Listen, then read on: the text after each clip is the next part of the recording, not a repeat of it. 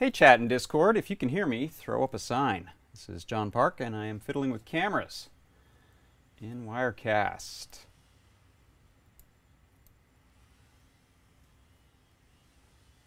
Hey, all right. Matambale, can you hear me? I am checking my mic. Yes, thumbs up, thank you. All right, hello everybody. How you doing? Sign on the audio. All right, thumbs up. Thanks, everybody. So, welcome to my workshop here. Someone else has got a lot of circular saws and things going just across the way, so you might hear those sounds, but maybe not. These mics are pretty local and directional. So, I've got a fun project here I want to talk with you about today. Let me clear off a couple things. Actually, I can leave some of that to talk about. So, this is the Chessboard Puzzle. You know what I'm going to do? I put a little teaser video together, so let me play that for you. Check this out.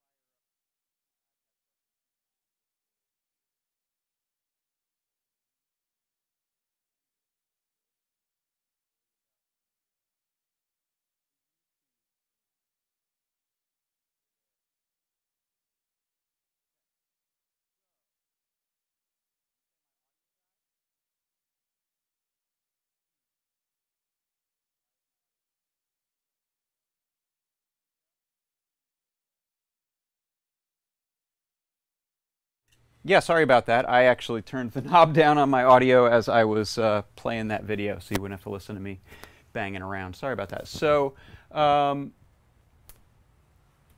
the project I want to talk about. This is my chessboard puzzle lock. You just saw the video, so that's how the mechanics of the puzzle work. Is that I have a chessboard. Let me see if I can switch over to this view for you. So I've got this chessboard, and I'll flip it around for a second. This is a little travel chessboard set. It's my son's, actually, and he told me I could borrow it so long as I didn't permanently damage it. So everything I've done is reversible. So we have this chessboard, and the idea behind the puzzle is when I get a pair of pieces that have these little RFID tags, which are these little micro N-tag tags. See those guys? Embedded in the bottom of a couple of them, and I'm watching my RFID reader so that when the two pieces are placed on two designated spots on the board, then a signal is sent to open the drawer on this case. So the idea behind the type of zoom in here a little bit, there we go. The idea behind the type of puzzle this would be is either in an escape room type of situation, most likely, you might have a search for the pieces be part of it, so they have to acquire, maybe there's an incomplete set and they have to go find these two pieces. and then they would solve another puzzle that would give them a coordinate system. Coordinate stuff is kind of a cool puzzle to do in those type of situations, where they know that G3 and H3, using the notation system for the spaces on the board, are where they need to place a couple of their pieces. So the other thought I had about a kind of a cool way to do it would be through a game, a chess game that needs to be played. So opening up a document that has a historical chess game, and the players have to go through the motions of reading the notation that says like queen's white rook to e5 and so on. So the players would feel like it's very important to follow these steps, and then at some point when they've got a couple of pieces over the right two places, then the puzzle is solved, and it's super exciting. So the thing that I have happening, as you saw before, is, I think I have this all turned on right now. Let's see.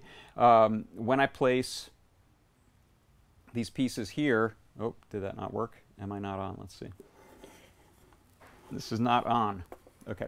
So let me turn this on. I'm just using the little on-off switch that's on that proto terminal breakout screw shield feather wing. And I'll talk in a moment a little more about the details of how this all works and what parts I've used for it. Okay, so now that that's on, when I place these two pieces here, if you watch that drawer, right there is going to open. Okay, and let me, I'm going to do a little camera work here so you can see that a little better right now. So if we have a look here, pardon me while I move this camera, and hopefully don't yank its cables out. This camera has really loose jacks for the cables. So almost there. Do I have enough cord length? Oh, so sorry everybody.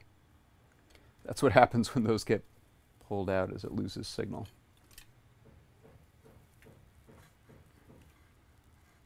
Okay, one day we'll have no wires on anything. That'll be great.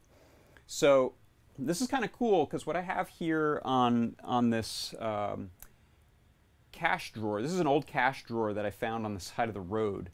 And somewhat appropriately, I actually found it on the side of the road near the house of a guy I know who is a magician and runs a magic shop here in Los Angeles. And I was going to his place to get some playing cards for another trick I was working on, a thing I was building.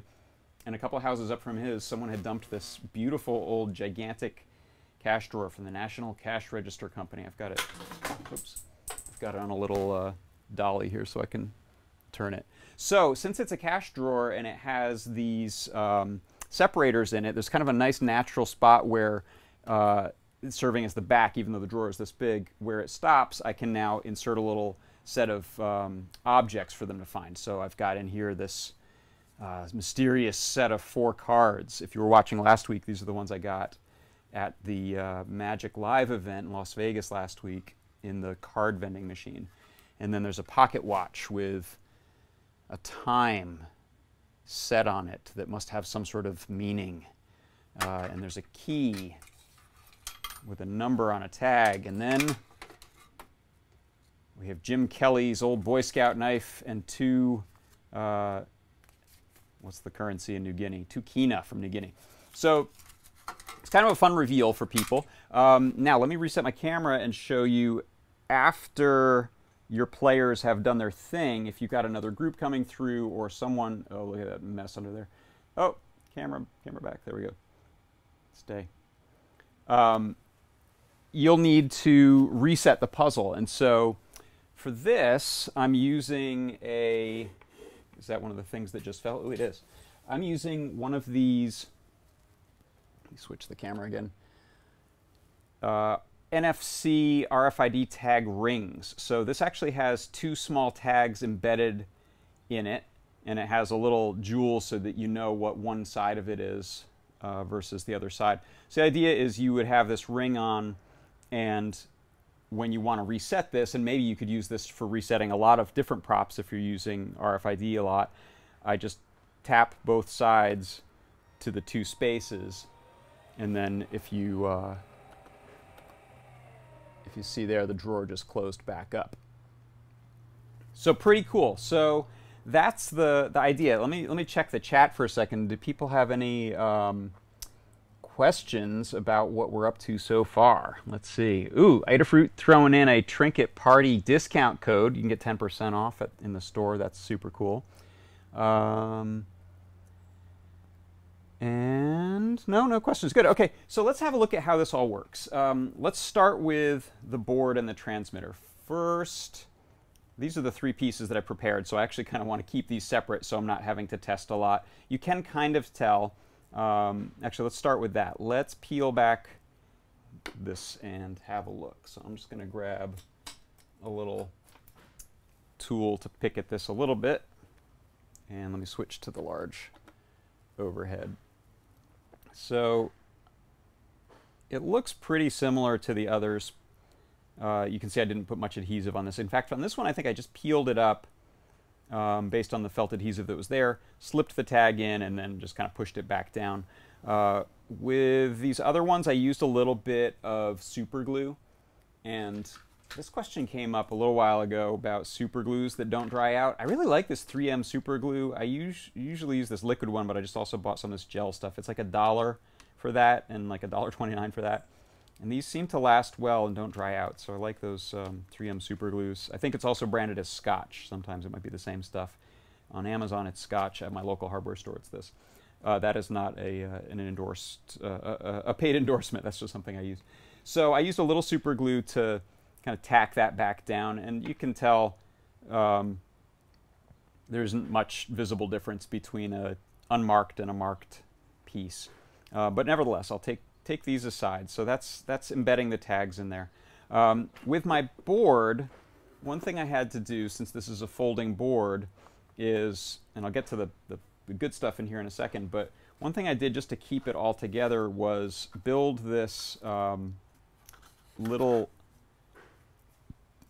turns out 12-inch by 12-inch is the size of the underside. So I took a little piece of Baltic birch plywood, and let me raise my camera up a little bit. Can I do that non-destructively? I think so. Stand by. Whoop. Oh, look, there's the camera cord. I'll pull that over here and turn us back down.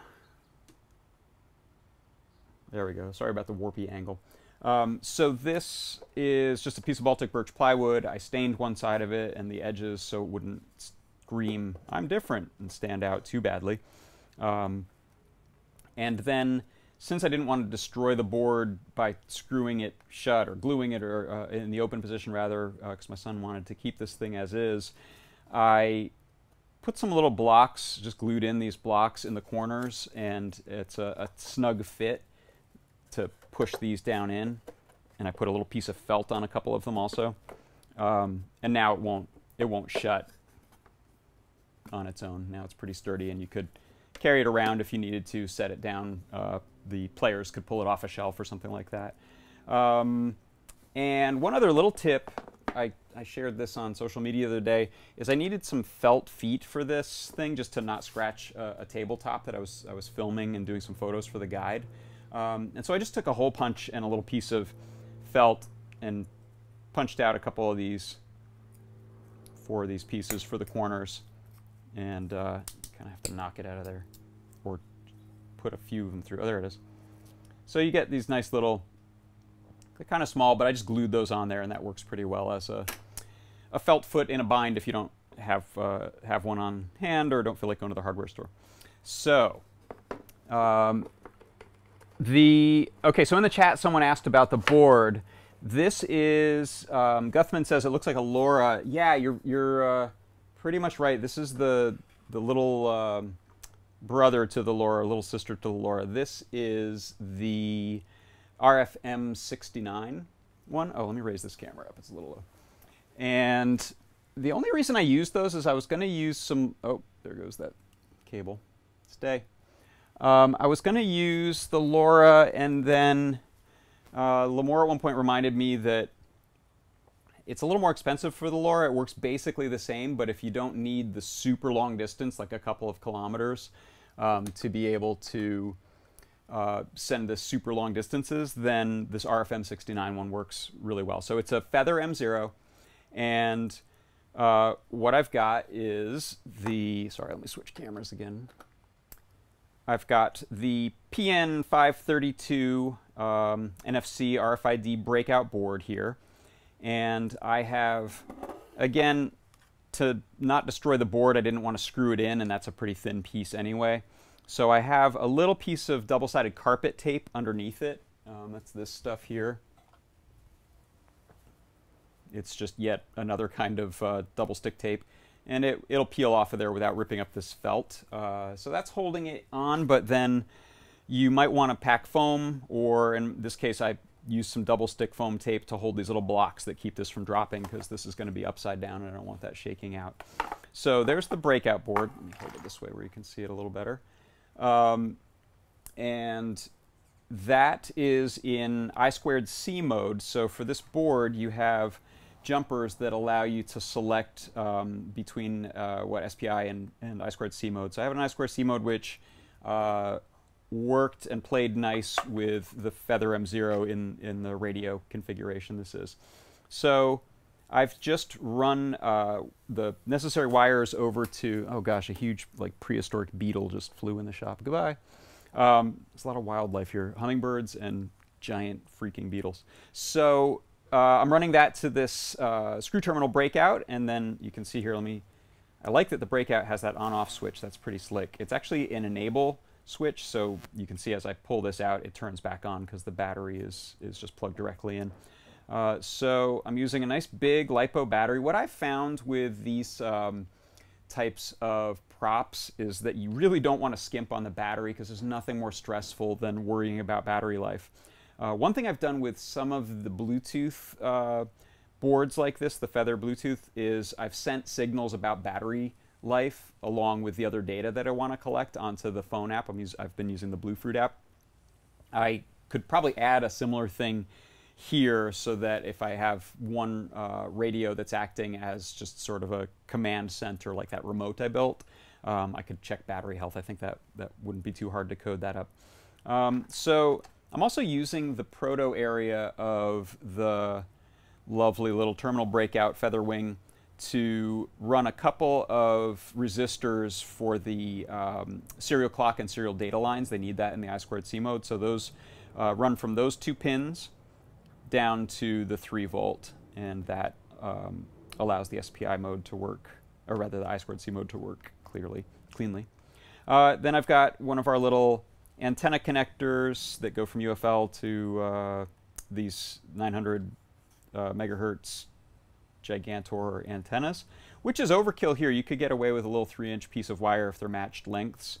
There's some instructions on the guide for these boards about preparing your own little antennas, but again, I like to go a little overkill with this, so that if it's an environment where you have a lot of people in the way, the better, stronger, bigger signal, you're going to appreciate having spent the extra $12 or whatever it is to get this set up, so that you're not worried about it.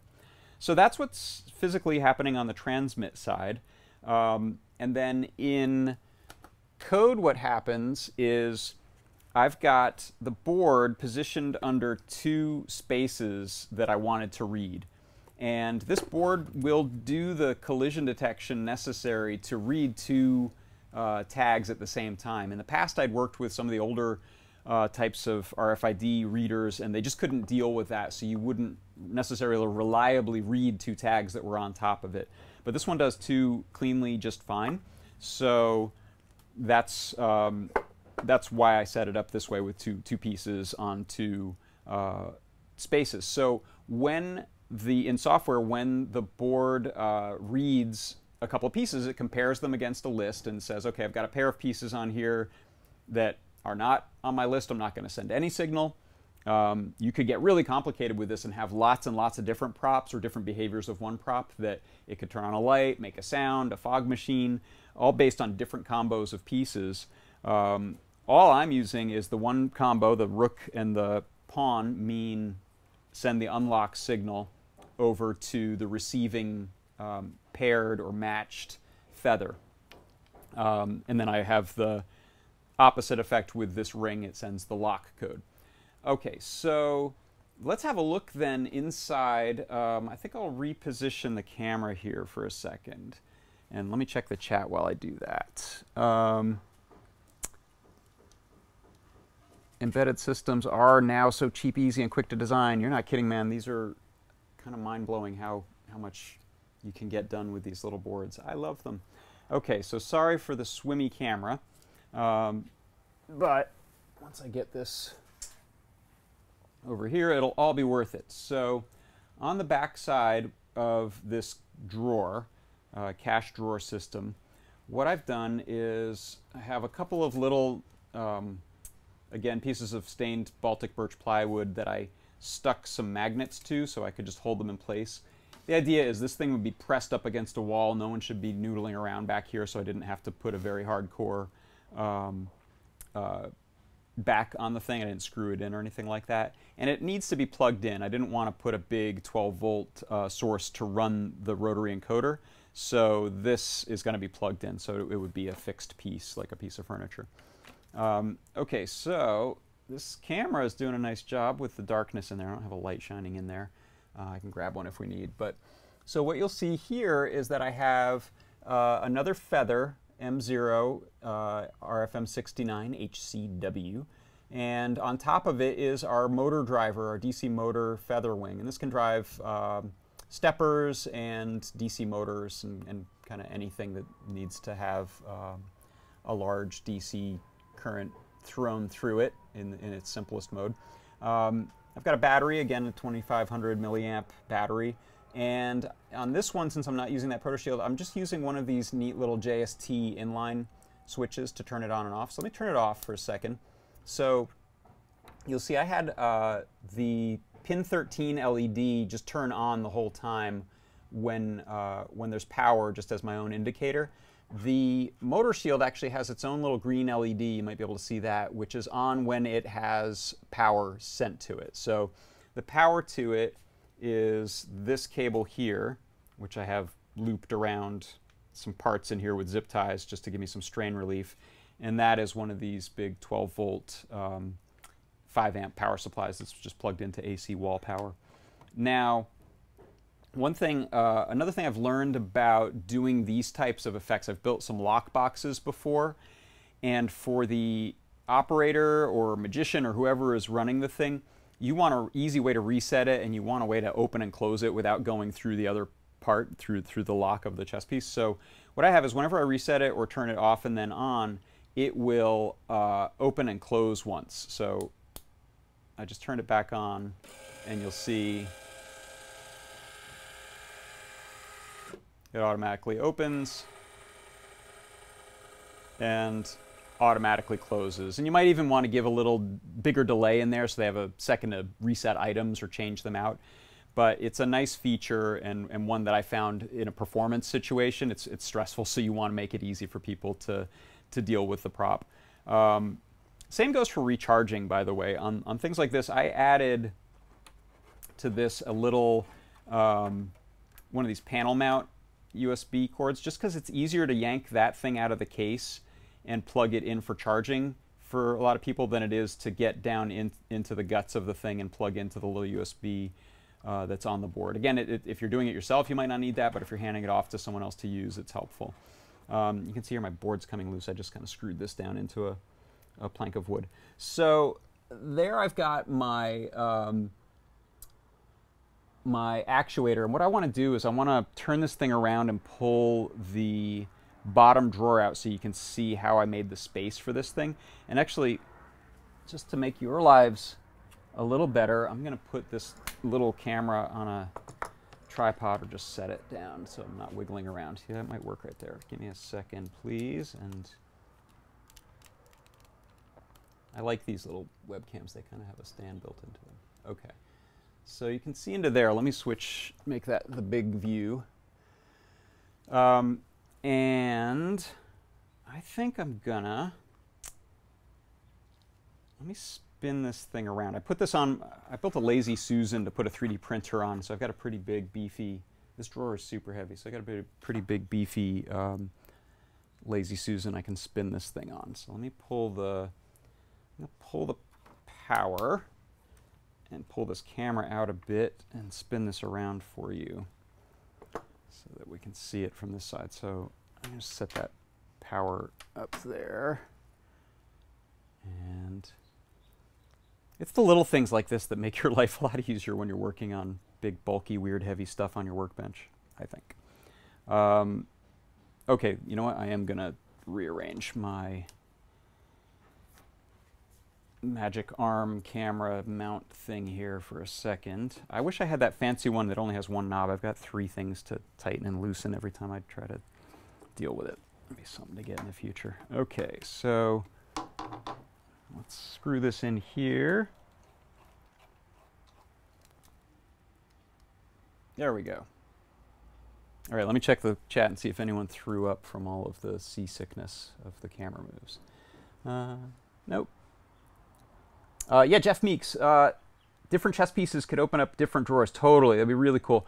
I actually put one extra one in this knight here, and I haven't done anything with that, but it's one of the ideas, by the way, of doing... let me switch, because this is some real talk here for a second. One of the ideas behind doing the pairs of pieces is that with puzzles like this, if people kind of have an idea of what their goal is, like maybe they know which spaces they're trying to use but not which pieces, or vice versa, it's easy to brute force attack a problem like this. Okay, I'm going to take each piece and touch every space on the board. Next piece. And they could go through that. It would take a little while, or maybe you just kind of sweep them up and down if they have an idea. So I've just made it harder by requiring it to be a pair of pieces, because I don't think anyone has the time, especially in like a 1-hour escape room scenario, to try every possible pair of pieces on every combination of spaces. So that was the idea behind that. But yeah, you could definitely, these little tags, where did I put them? I lost them. They're so tiny. These little tags are awesome. Here they are. They're, I think, $3 or something like that, and they're so tiny that you can embed them in all kinds of different objects, which is kind of neat. So this is a fake drawer front here. So what I did was pulled out one of the original drawers. I've got a bunch of hardware in there. So that was one of the original drawers in this register, or this cash drawer, and I was able to unscrew and pull the sort of Bakelite face off of it, which was great, and then I mounted it into a piece of wood and set it in here. So what I decided is, if you try to pull this out, I don't want it coming out, but I would like it to be something that you can open and close. So I actually mounted it with Velcro that way, a little deeper in, so it's not an angle that you can get at while you're out here, but I may be able to still get this camera pointed in here. I may be able to still get that out of there. If I wiggle, this is a little surgery here, pardon me for a second, so I'm going to just wiggle upward, and oh, this is some really good Velcro. This is the industrial stuff. Aha! So I just popped it upward. Again, that's not something you'd be able to do from the outside. And now, if I spin it back around, I can pull this face off. Okay, so this is the little sort of bracket I built out of wood. That's actually just foam, good high strength foam tape, double adhesed into there, so it's not going anywhere. So now we have a little view inside of what's going on in there.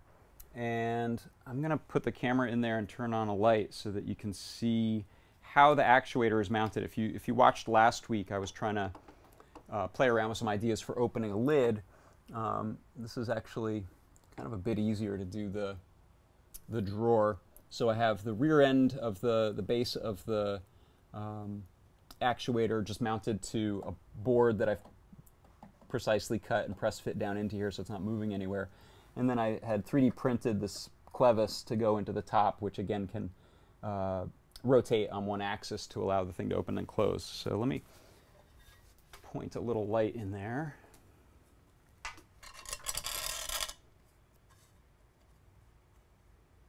And now I will plug in my power supply again And I'll just toggle the power on the, or the reset on the feather board, and that will cause it to open and close. Oh, it's gonna crash into this light. Hold on, let me move this lower. This thing does not have brakes on it. It's not going to stop once it gets going until it hits the end of the stroke. That might be something you would need to add if you had kids around it or something like that, so fingers don't get pinched. But I have it in kill, kill, kill mode right now. All right, let me just put the pieces on the spaces, and that should open it. Should. Oh, it's off still. Sorry.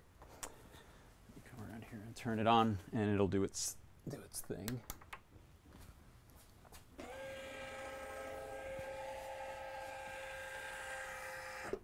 Okay, so you can see. Oh, let me switch cameras. I'll do that again. Let me do the reset with the ring just to make sure that it's accepting my chess pieces. Are you accepting my chess pieces? I have it set to not repeatedly send the same signal, so it doesn't try to open it over and over again when the... Oh, I was using the wrong spaces. All right, what's going on?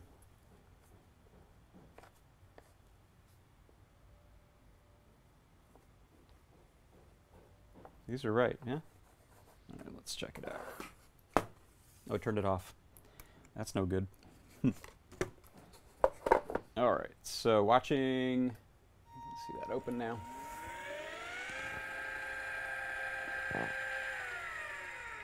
Man, come on, how cool is that? I'm very excited about this thing. And I'll tell it to close with my ring. It goes back closed. So that is the basic construction of it. Anyone have any other questions about how that was built? Let me know in the chat. I'm just finishing up putting together a guide on how this was built, how to make your own, and obviously this is, the way I've done it is pretty specific to one object that's unlikely someone else is going to find a national cash register company register like this one. Let's see, can you see the sign on there? It's got a pretty cool little sign. Look at that beauty, huh? But the principle is the same. So if you're going to work with a drawer, you kind of need some space to work in. So that's why I removed the existing drawer and just put a facade. If you have something bigger, you might have enough space in the drawer underneath to mount things, and then you'd want to fix that drawer in place so it can't go anywhere. If you're doing lids, you saw me play around with that, struggle a little bit with that last time. You, again, need to get pretty precise with where things are attached, otherwise you have problems like I did where it wouldn't close fully. Or you have the option to move things vertically, and I mentioned using some of these little drawer slides. So these are ball bearing assisted or guided drawer slides that you'd find in kind of any drawer, especially ones that have that extra full pull-out feature. So these you could mount something vertically and have your linear actuator beneath pushing upward to reveal something coming out of a tabletop, that sort of thing.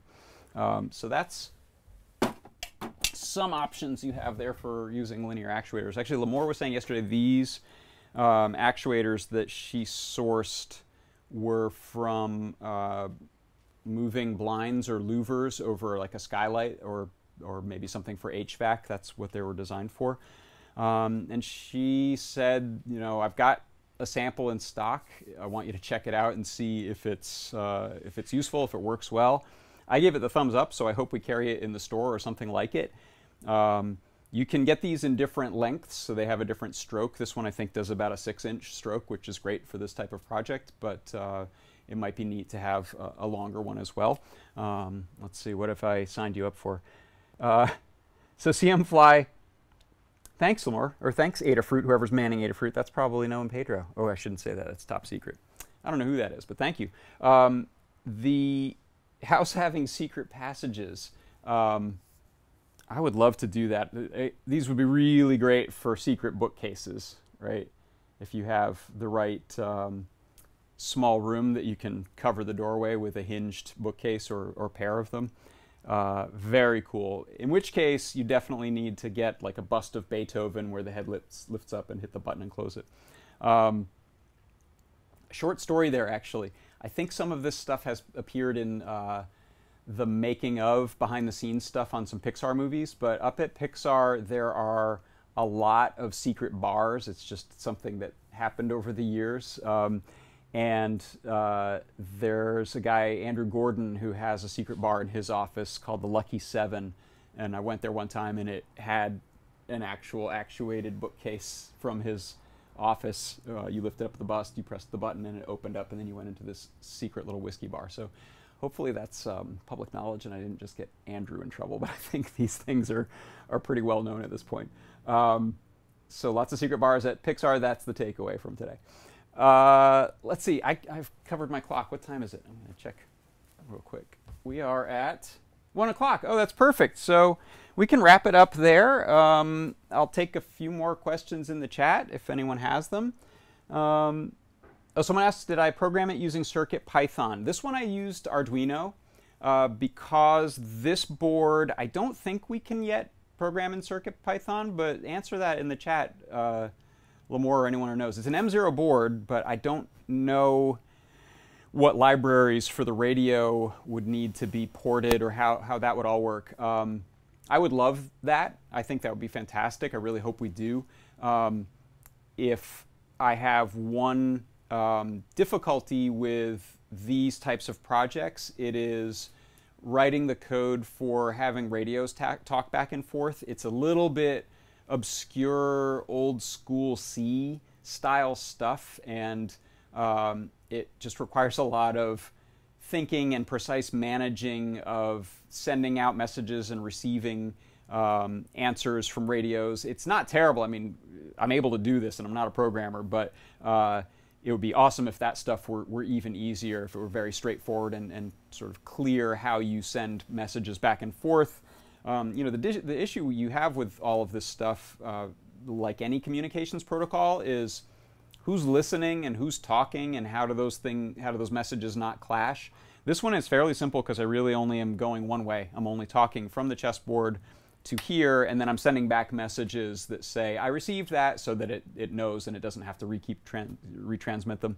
I'm using a mode, so this is the Radiohead library from Airspace, and it's got a great couple of features. One, it's encrypted, so I'm using a fairly long encryption string that is matched on the two, so it's not like someone is going to walk by with, it's not very likely someone is going to walk by sending out signals that are going to pop your drawer open.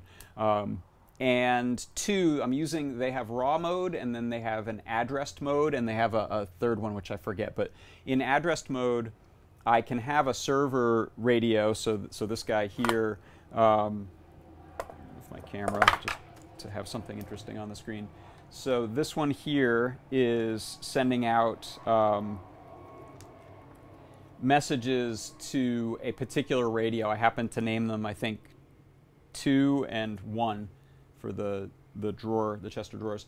So when 2 sends out a message, it's just sending it to 1. I could have a third one somewhere as address 3 that is maybe going to turn on a fog machine or unlatch a door or whatever.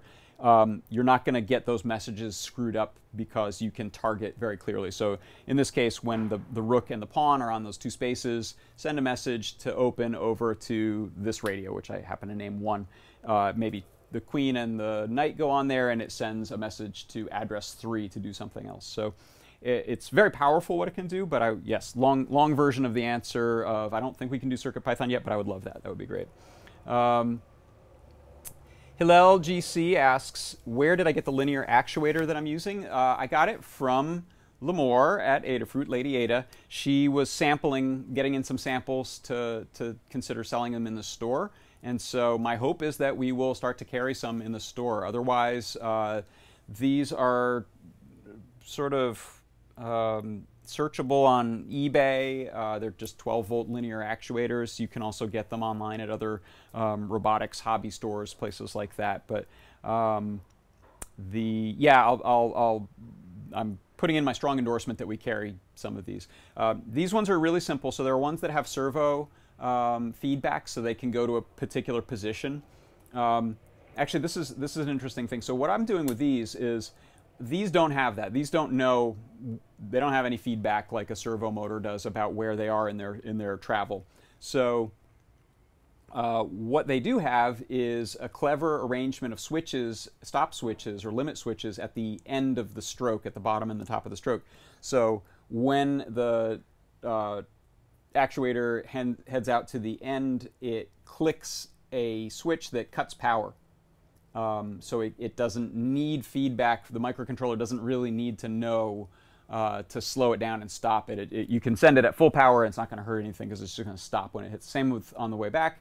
It travels backwards and the screw turns, it pulls the little nut down, closes the thing up, and click, it stops. So the way I'm using it here is I just timed it and I'm sending more time. So I'm saying go for 3 seconds roughly. And I ramp up the speed and ramp down the speed, which is based on our sample code in the motor shield or the motor driver feather wing. So yeah, not the greatest thing in the world. It's awesome to have some feedback and watch an encoder strip and stuff like that. I really don't need it for this project. So long as you don't have it run too little time, it's not a problem to run too long. So I'm erring like a second longer than I think I really need, so that it'll just stop when it clicks to the end. So that's where I got the linear actuator, and they're super fun, so I'd love to. So Guthman, without feedback, how could you do a safety brake? I don't know that you could. Maybe someone else has an idea about that in the chat. I think it may be something that you'd need to add some circuitry to measure the current draw, and if you know what your load is, if it exceeds that, then it means something is stuck, like a finger is in the drawer, then cut the power. That's my guess as to the best way to do that. Or it could be something in the mechanical linkage. It's possible that you could open the drawer and close the drawer, but it could just break away if it's, if it's clipped in with little plastic pieces. If the strain is too much, it would just pop off. But excellent question. Yeah, that's why I don't design consumer products for kids to play with. Instead, I put together things that magicians and adults can hopefully deal with. All right, well, we're a little bit over, so I will end the live stream there. And maybe next time we'll get into, I will tease this one so that it'll force me to do it. My friends Adam, my friend Adam has a kid who loves this little Twilight turtle toy. He and his wife Lourdes asked me if I could figure out how to make this thing run all night long, because currently it's on battery, so it has some circuitry to cut itself off after 20 minutes, and then their son wakes up and cries because the thing isn't running. It's got lights, and I think it puts colored lights up on the ceiling. So we'll pull this apart and see if there's a way to modify it and give it wall power and tell it to not auto shut off, or just replace the circuit entirely with a trinket or something like that. Might be kind of cool. Might be a cool Circuit Python project now that we've got the Trinket M0 out. So that'll be coming up. All right. Bye, everyone. We'll see you in the chat.